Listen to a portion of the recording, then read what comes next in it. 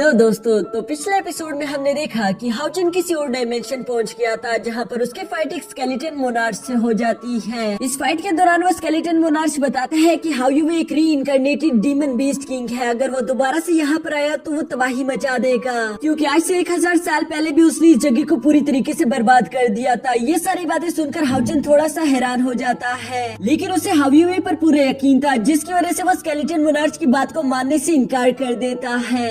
अब आगे next episode के शुरू में हम कैरन को देखते हैं, जहां लीजिन उसे अपने साथ लेकर जाने के लिए आई हुई थी, क्योंकि पूरे 2 दिन हो गए, लेकिन कैरन ने जरा सा भी आराम नहीं किया। वो उसी जगह पर खड़े होकर पिछले 2 दिन से हाउचिन का इंतजार कर रही थी। यहाँ पर वो लीजिन से भी यही कहती है कि मैं तुम्हारे साथ नहीं जा सकती, मैं यहीं पर रुककर हाउचिन का इंतजार करूंगी। लीजिन भी जानती थी कि कैरन हाउचिन से प्यार करती है, इसलिए वो उसे ज्यादा फोर्स नहीं करती। तभी अचानक वहाँ पर मास्टर युवा भी आ गई थी, जो की लीजिन से कहती है कि कल तुम्हारा कॉम्पिटिशन होने वाला है, तो इसलिए तुम्हें चलकर आराम करना चाहिए। मुझे यकीन है कि हाउचिन बिल्कुल ठीक होगा। जो सुनकर लीजिन ना चाहते हुए भी वहाँ से चली गई थी। जबकि दूसरी तरफ हम कैरन को देखते हैं, जो कि अपने मन में कह रही थी कि हाउचिन तुम्हें वापस आना ही होगा, क्योंकि अगर तुम वापस नहीं आए तो हर शाम मुझे मेरे घर छोड़ने कौन जाएगा। वो इसी तरह की बातें सोचते हुए इमोशनल हो रही थी, जिसके बाद सीन शिफ्ट होकर यहाँ हाउचिन पर आ जाता है, जहाँ वो खुद को अटैक के लिए रेडी करते हुए कहता है कि हाउ यू भी मेरा भाई है और तुम होते कौन हो उसके बारे में इस तरह की बातें करने वाले। तुम आखिर ऐसा सोच भी कैसे सकते हो कि मैं तुम्हारी बातों का यकीन करूंगा। और ये कहते साथ ही हम देखते हैं कि हाउचिन ने बड़ी तेजी के साथ जंप कर दिया था, जहां वो स्केलेटन मोनार्च पर हमला कर देता है। यहाँ इस हमले को रोकने के लिए स्केलेटन मोनार्च ने अपनी पूरी कोशिश की थी, लेकिन वो बुरी तरीके से घायल हो गया था। जिसके बाद वो हाउचिन को देखकर कहता है कि तुम बहुत ज्यादा जिद्दी हो,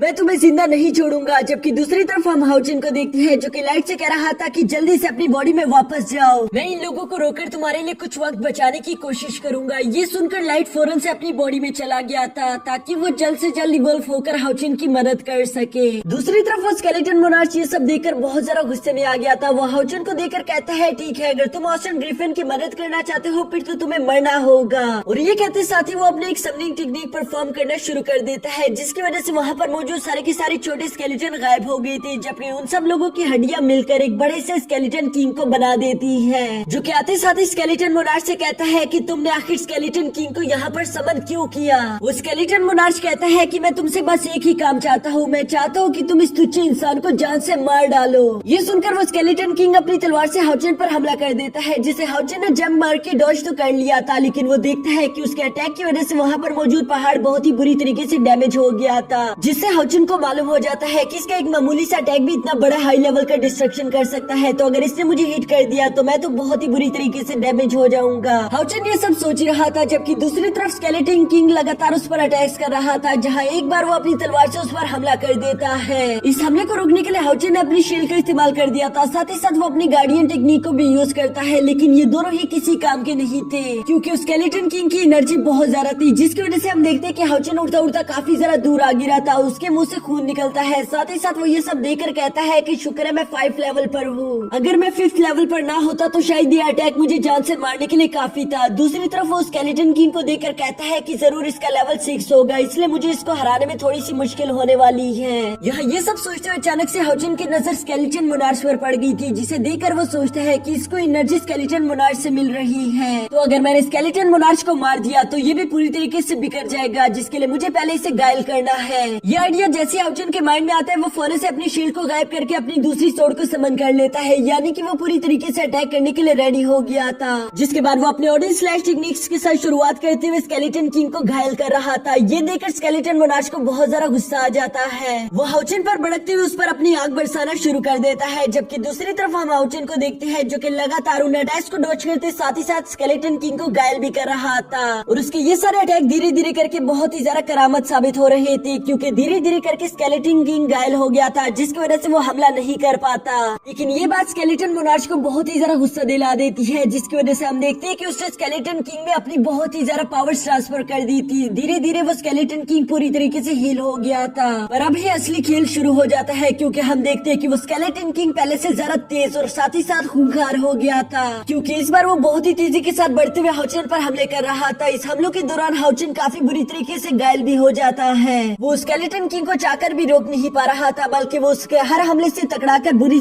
तरीके से डैमेज हो रहा था। ये सब देखकर स्केलेटन मोनार्च खुश होते हुए कहता है कि चलो लड़के, वैसे भी तुम मरने वाले हो, अब तुम्हारे भाई का भी काम खत्म किया जाए। जो कहने के बाद हम देखते हैं कि वो स्केलेटन मोनार्च सीधे गुफा के बाहर आ गया था, जहाँ पर वो अपनी सारी एनर्जी को जमा करते हुए अपने एक बहुत ही ज्यादा पावरफुल अटैक करने के लिए तैयार हो रहा था। यहाँ दूसरी तरफ हाउचन की नजर स्केलेटन मोनार्च पर पड़ जाती है, इसलिए वो कहता है कि मुझे कुछ भी करके हाओयुवी की जान बचानी ही होगी। लेकिन उसके लिए ये सब करना इतना भी आसान नहीं था, क्योंकि इस वक्त उसके सामने स्केलेटन किंग मौजूद है। उसे किसी तरह भी करके उसे डॉज करते हुए स्केलेटन मोनार्च तक पहुँच रहा है। वो भागते हुए ऐसा करना शुरू कर देता है। यहाँ रास्ते में स्केलेटन किंग लगातार उस पर हमले कर रहा था, जबकि हाउचन किसी तरह भी करके उन अटैक्स को डॉज कर रहा था। लेकिन अब स्केलेटन किंग की रफ्तार ज्यादा होने की वजह से हाउचन को स्केलेटन किंग का कुछ करना ही होगा, इसलिए वो फौरन से वहाँ पर स्टार फॉर्मेशन एक्टिवेट कर देता है, जिसमें स्केलेटन किंग के आते साथ ही हम देखते हैं कि हाउचन ने अपने होली फर्नेस को बाहर निकाल लिया था। साथ ही साथ वो उसे वहाँ पर चेन से पूरी तरीके से जकड़ लेता है, ताकि वो स्केलेटन किंग हाउचन को फॉलो ना कर सके और हाउचन अपनी भाई की मदद कर सके।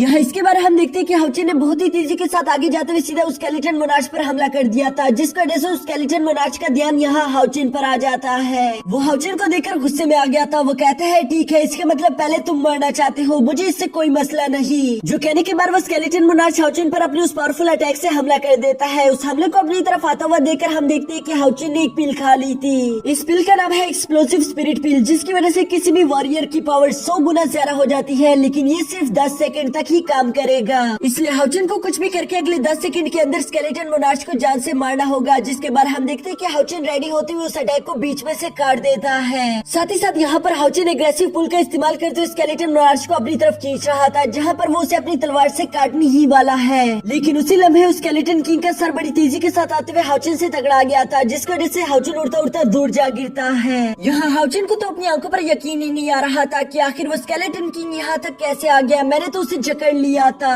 दूसरी तरफ वो स्केलेटन मोनार्च हंसते हुए कहता है कि आखिर तुमने ये सोच भी कैसे लिया कि स्केलेटन किंग के होते हुए तुम मुझे मार सकते हो। हाउचन बेचारा खुद को बहुत ही ज्यादा हेल्पलेस महसूस कर रहा था। दूसरी तरफ हम उस स्केलेटन किंग को देखते हैं जिसने खुद को आजाद करवा लिया था। साथ ही साथ वो इस बार बहुत ही ज्यादा एग्रेसिवली हाउचन पर हमले करते हुए उसे बहुत ही बुरी तरीके से डैमेज कर देता है, जिसकी वजह से हम देखते हैं कि हाउचन का आर्मर भी टूट जाता है। अब यहाँ पर हाउचन की हालत बहुत ही ज्यादा खराब हो चुकी थी, जबकि दूसरी तरफ हम कैरन को देखते हैं जो कि अपने स्पिरिचुअल वर्ल्ड में हाउचन को महसूस कर रही थी। लेकिन धीरे धीरे वहाँ से हाउचन की एनर्जी मिटना शुरू हो गई थी, जिसकी वजह से कैरन को मालूम हो जाता है कि हाउचन शायद मर चुका है। ये बात सोचकर कैरन पूरी तरीके से कांप गई थी, उसकी आंखों में आंसू आ गई थी। उसे समझ नहीं आ रहा था कि आखिर वो क्या करे, क्योंकि वो यहाँ पर पूरी तरीके से बेबस थी। वो हाउचन की चाहकर भी मदद नहीं कर सकती थी। दूसरी तरफ डार्क डायमेंशन में हम हाउचन की तलवार को नीचे पड़ा हुआ देखते हैं, जबकि साथ ही साथ हम देखते हैं कि हाउचन भी काफी बुरी तरीके से जमीन पर पड़ा हुआ था। हाउचन की बॉडी मूव नहीं कर रही थी, जिसे देखकर ये कहना मुश्किल था कि क्या हाउचन जिंदा बच पाया है या फिर वो मारा गया, क्योंकि आसपास की जगह बहुत ही बुरी तरीके से डिस्ट्रॉय हो गई थी। और इसी के साथ हमारा ये एपिसोड यहीं पर खत्म हो जाता है।